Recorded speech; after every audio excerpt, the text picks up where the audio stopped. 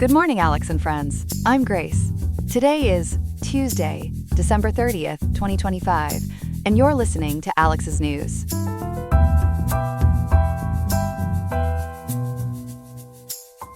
The high in Riverside today is 63.6 degrees with a low of 55.5, so expect a mild day perfect for bundling up a bit in the evening. Coming up, we'll examine the motivations behind China's recent drill, simulating a total blockade of Taiwan, and break down the potential weather hazards that could impact the New Year's Rose Parade and the Times Square ball drop. Plus, we'll cover other key stories from around the world, including updates on global markets and local events. All this and more on Alex's News. Stay tuned.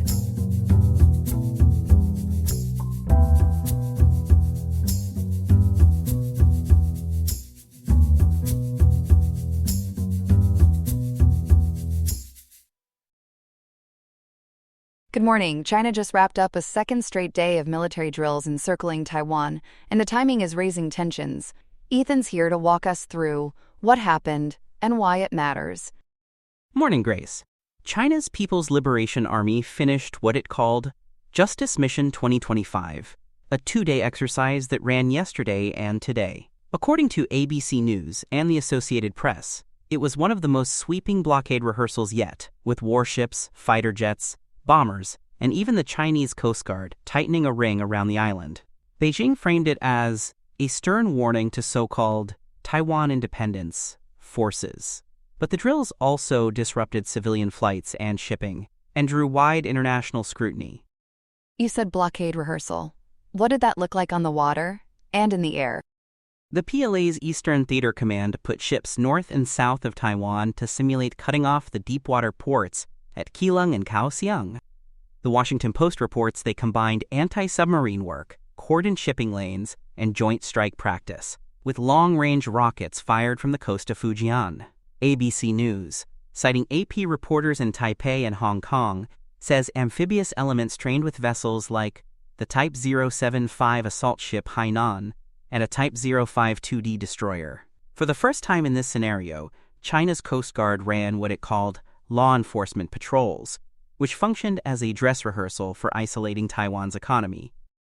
How did Taiwan track all that activity?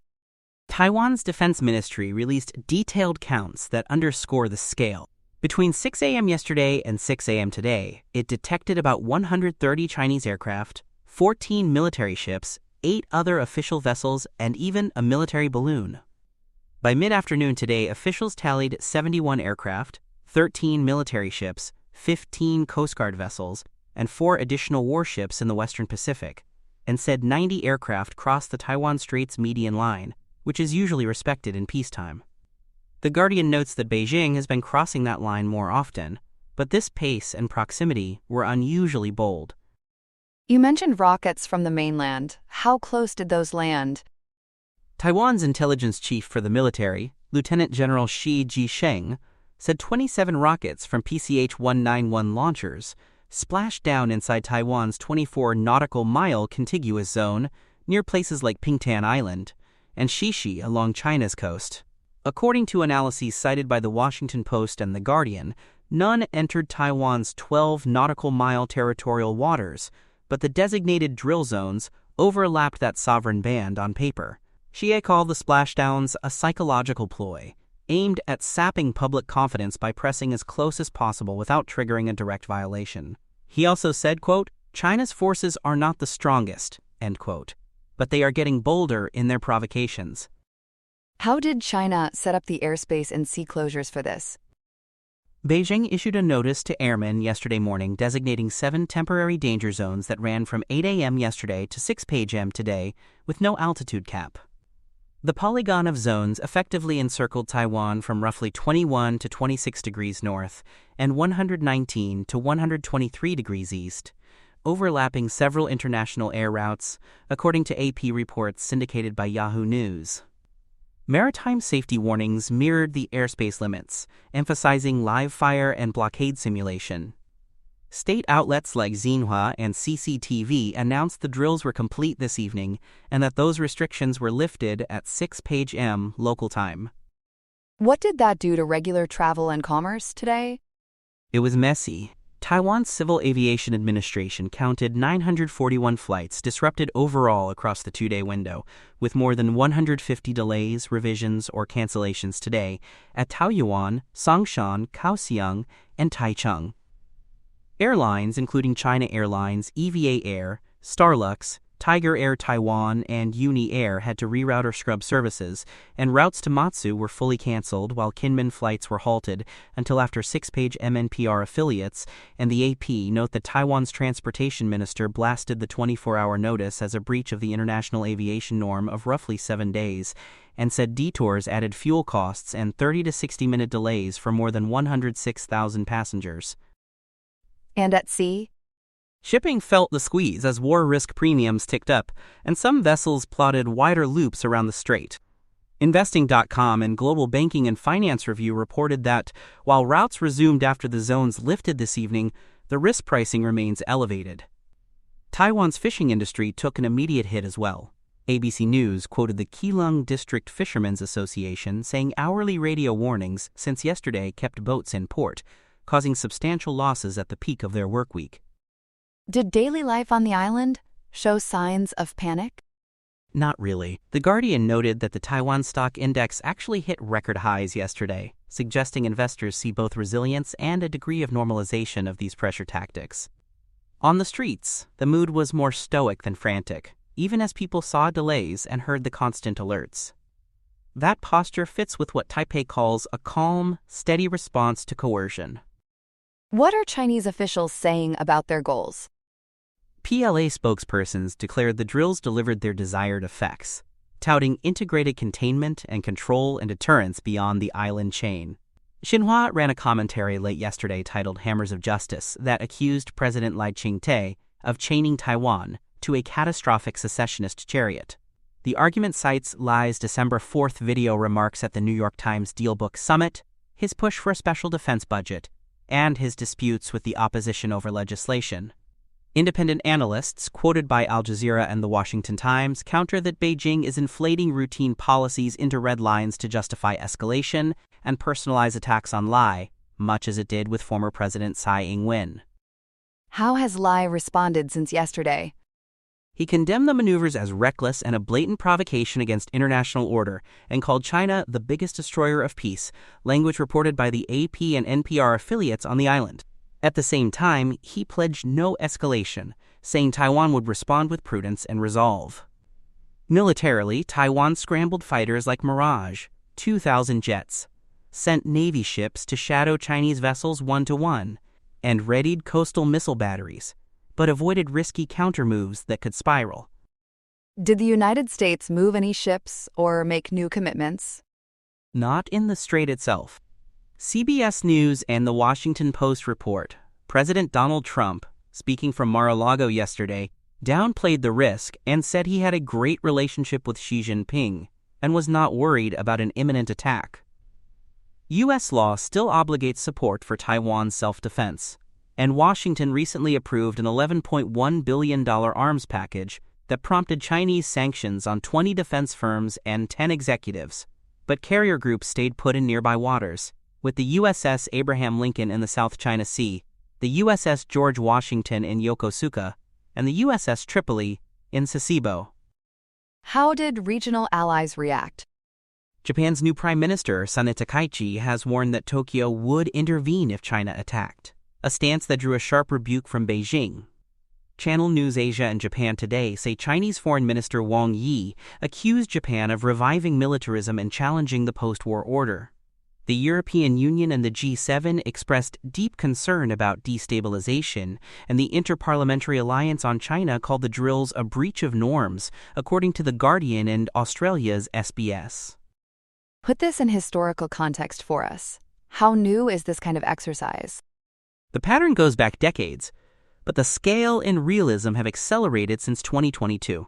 China views Taiwan as its territory since the end of the Chinese Civil War in 1949. And it has flown military sorties near the island almost daily for years. Analysts with the U.S. Naval Institute and the War Zone said this week's operation was the most realistic choke and paralyze rehearsal yet, blending live fire, economic pressure, and information tactics. They argue it signals movement from symbolic shows of force toward procedures that could be activated quickly in a crisis. You mentioned information tactics. Where did you see that here? Beyond the splashdowns near the contiguous zone, the timing and messaging were crafted to unsettle. Announcing airspace blocks with minimal notice was bound to cause maximum civilian disruption and blame the inconvenience on Taipei's politics. Chinese state media hammered the hammers of justice narrative and amplified claims about civil defense groups like Kuma Academy, which independent experts told Al Jazeera were overblown or mischaracterized. The Guardian also pointed out how the drills were wrapped in dramatic propaganda about arrows and justice to rally domestic audiences. What about the legal line between territorial seas and the contiguous zone? Why does that matter? Under the UN Convention on the Law of the Sea, a nation's territorial sea extends 12 nautical miles, while the contiguous zone goes out to 24 for enforcement functions. By keeping munitions outside the territorial line but inside the contiguous zone, Beijing created alarm without crossing a clear legal threshold, as the Post and the Guardian explained. Taiwan's defense ministry said that overlap of declared zones with the 12-mile band, even without munitions entering, was intended to blur norms and test responses. It's a way to push boundaries while claiming restraint.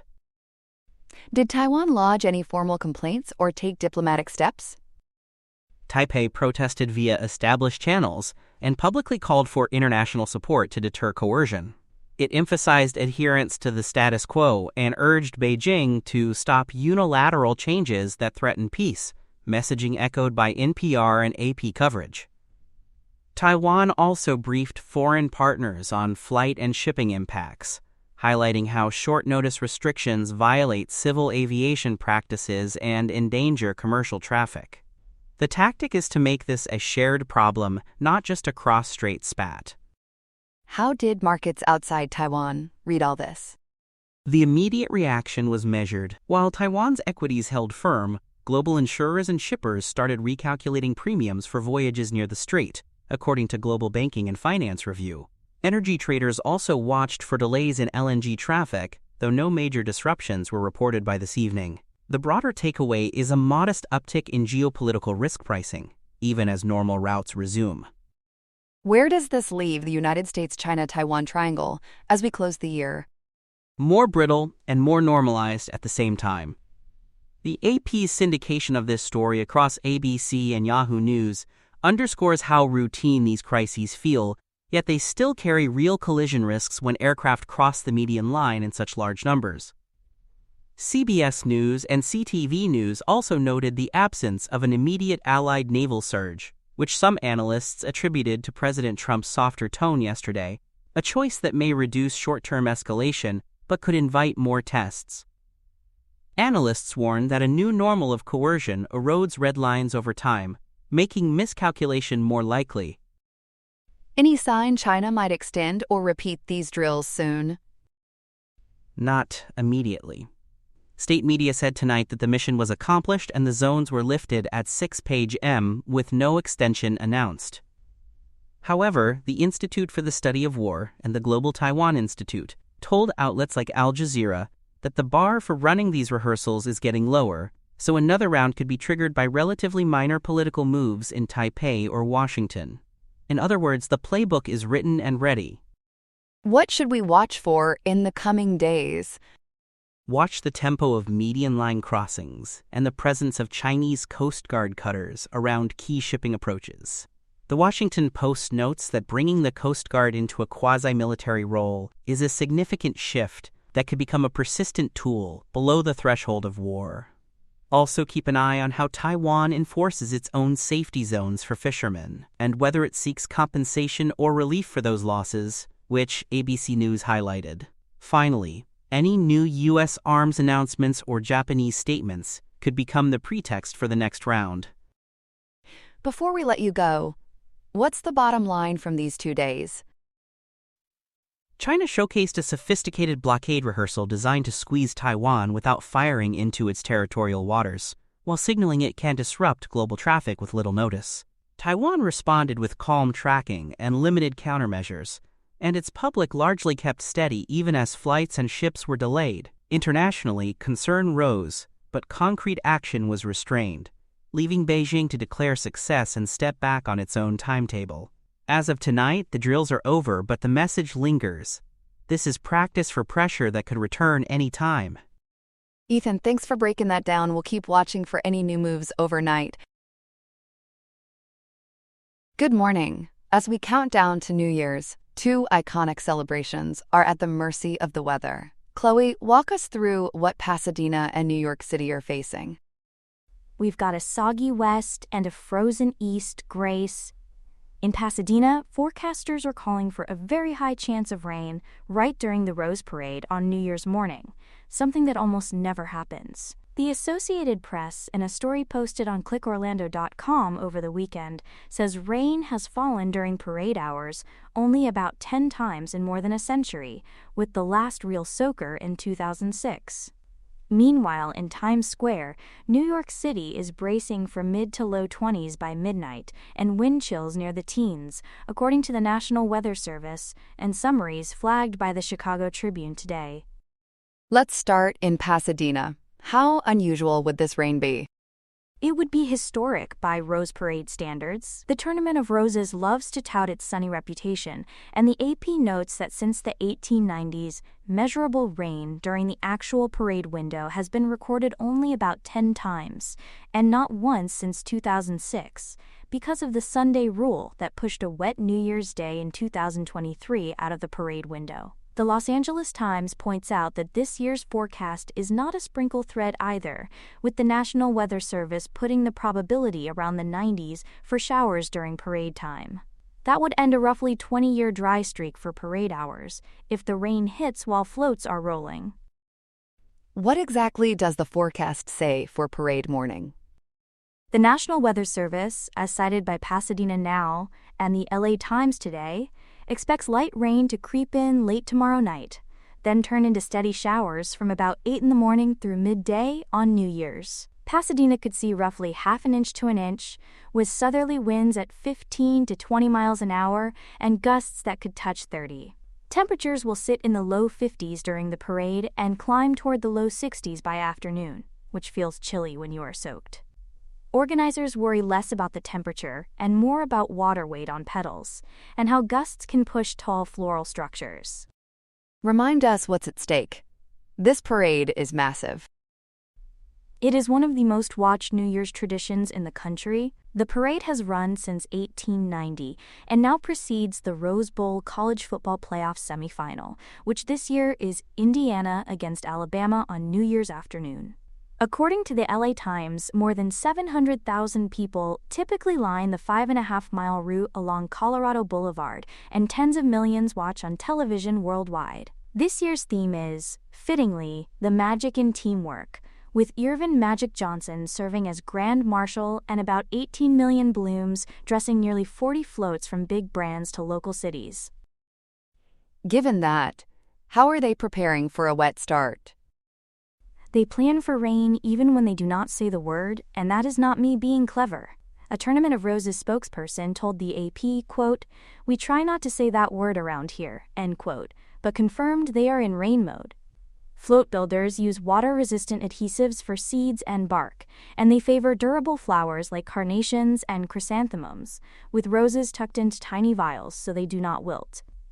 You will also see dignitaries in convertibles with tops up, clear ponchos on riders, and extra tow trucks spaced frequently because water weight can stall a float, as the LAist and Pasadena Now have explained in their previews.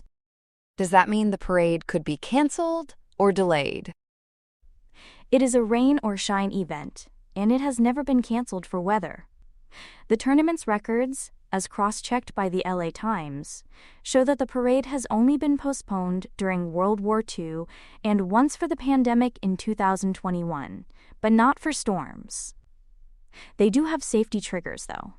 If lightning strikes within roughly 6 miles, they can pause units, and high gusts could temporarily slow things down until it is safe to move again. You mentioned 2006 as the last rainy year. What happened then? That one is remembered as the Drenched Parade. The LA Times has described sheets of rain, lightning concerns, and gusts reaching around 45 miles an hour that year, which forced crews to add grounding wires to grandstands as a precaution and sidelined a few floats with wet mechanics. Attendance thinned on the curbs, vendors sold only a fraction of their programs, and some bands had to adapt on the fly. It is the template for what Pasadena leaders say they are ready to navigate now. What about spectators this year? Any special rules because of the rain? Some rules become more important when it is wet. The city and the tournament emphasize that umbrellas are banned in the ticketed grandstands because they block sightlines and become hazards in wind, so ponchos are the move. Ideally clear ones so you can still see the colors, according to LAist and the city's notices.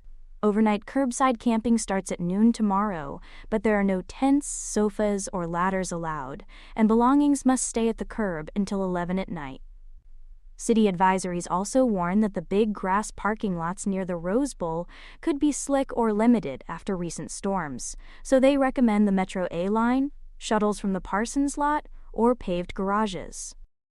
Any other tips for folks who are still going? Local guidance sounds like backpacking advice, because it kind of is. Pasadena Now quotes safety pros urging people to avoid cotton layers, which trap moisture, and instead start with a synthetic base layer, add wool for warmth, and top it with a waterproof shell, plus dry socks in a pocket. Clear bags are required and cannot be too large, and grills or camp stoves have distance rules from buildings. And a bit of insider lore says the Sierra Madre Boulevard overpass on the 210 can offer some concrete cover, though you still need tickets for certain bleacher sections nearby. Let's shift east. What's the setup in New York Times Square? It is classic New Year's in Manhattan, but on the harsher side of normal cold. The National Weather Service guidance, summarized by the Chicago Tribune today, points to temperatures dropping into the mid to low 20s by midnight, with a northwesterly wind that will make it feel closer to the low teens. There is a small chance of flurries, as a Great Lakes to northeast system brushes the area, while heavier snow and stronger winds stay north and west. The Associated Press, again via clickorlando.com, frames it as a bracing night after a relatively mild December. Anything new with the ball itself this year? Yes, and it will sparkle even in the cold. Organizers are unveiling a new, digitally interactive ball, with 2,688 crystals, replacing last year's retired model, and it is synced to performances by big-name artists. You will see the same pen system on the ground, where people queue into fenced sections starting around 3 in the afternoon. Once you are in, you cannot re-enter, there are no vendors or public bathrooms, and you are standing there for 9 or more hours. That sounds tough in those temperatures. What are officials advising? It is all about smart layering and keeping extremities warm.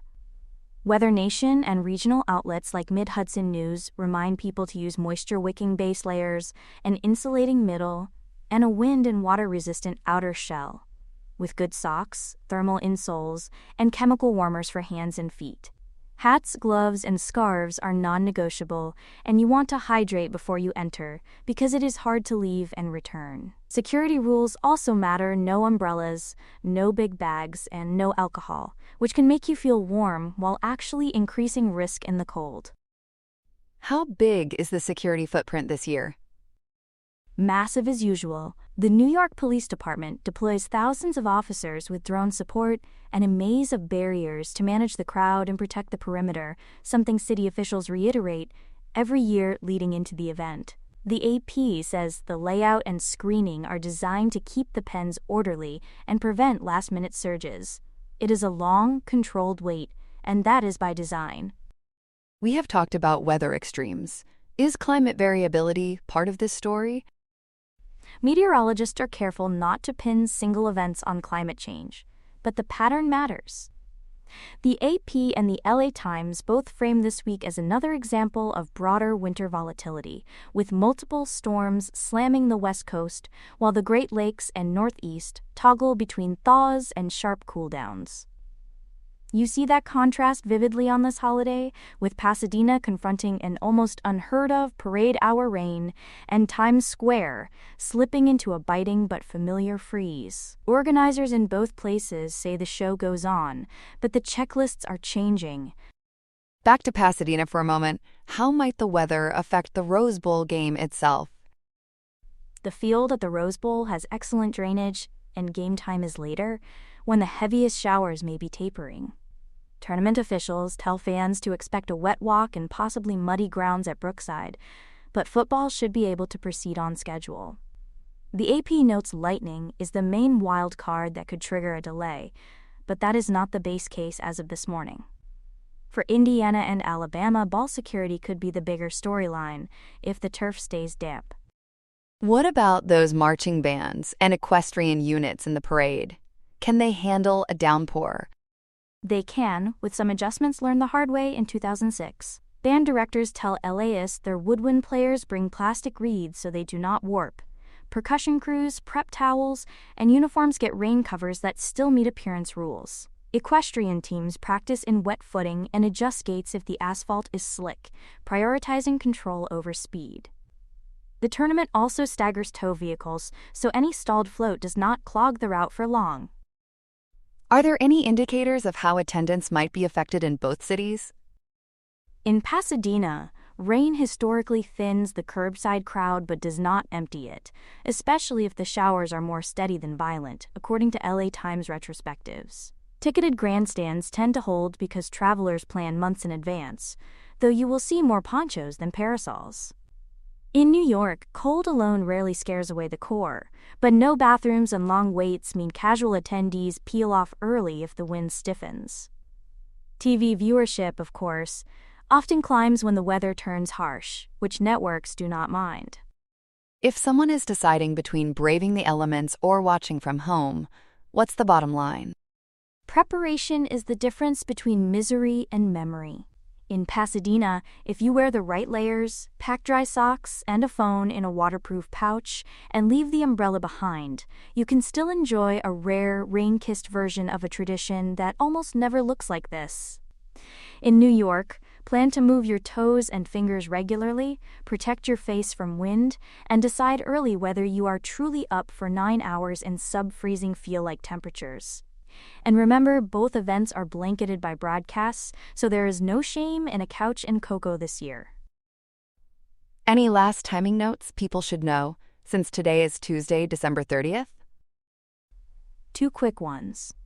In Pasadena, curbside camping rules kick in at noon tomorrow, New Year's Eve, with Colorado Boulevard closures starting at 10 that night and lasting until early afternoon on New Year's Day, as city notices and Pasadena Now remind us. In Times Square, pens open mid-afternoon tomorrow, security screening ramps up quickly, and once you step in, you are there until after the ball drops at midnight rolling into Thursday. Both places will be busiest from late tomorrow afternoon through midday Thursday local time. Chloe, great context on 2 very different New Year's realities.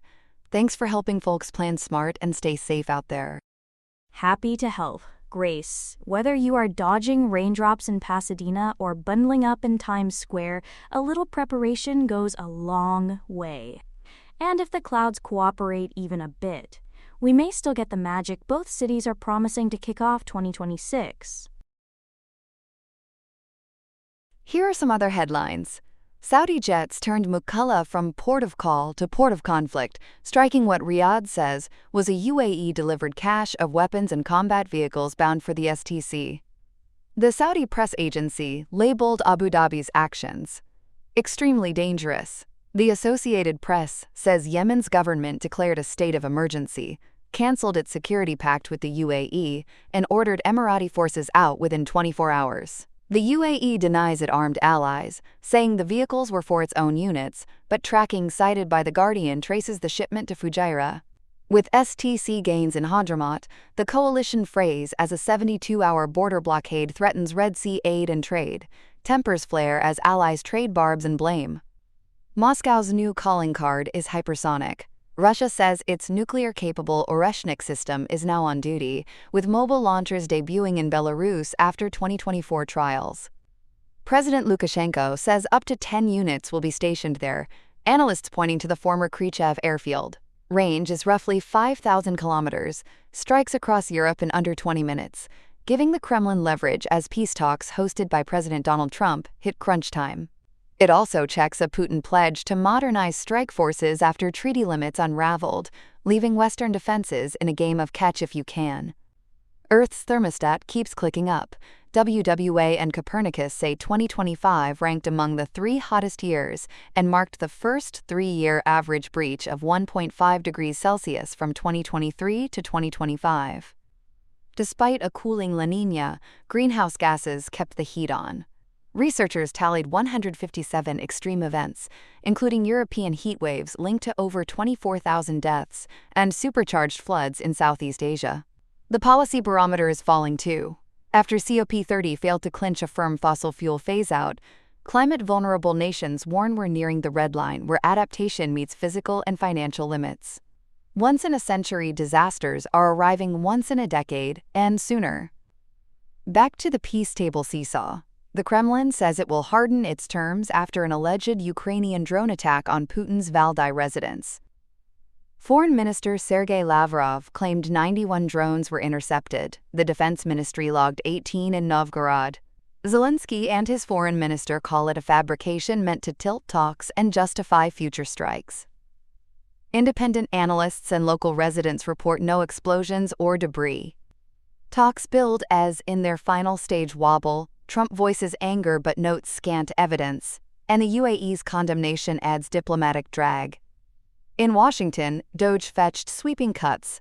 The Department of Government Efficiency, established January 20, 2025, capped its first year with a 271,000 position trim, 9%, per CATO. Doge.gov touts $214 billion saved from canceled contracts and grants, yet total outlays rose 6% as entitlements and interest stayed on autopilot. Led by Elon Musk and Vivek Ramaswamy, the drive dismantled USAID, imposed 4-for-1 hiring rules, peaked in October layoffs, then disbanded early in November. It also missed a $2 trillion reduction target. The year saw a 43-day shutdown and lawsuits over data security. Agencies like EPA and NASA feel hollowed. Workers, contractors, and aid recipients bear the bite. That's all we have for now. Today's episode was made by Alexander King with GPT-5, Gemini Pro 3, Gemini Flash 3, and Google Cloud Text-to-Speech. I hope you have a great day. I'll see you tomorrow, Alex.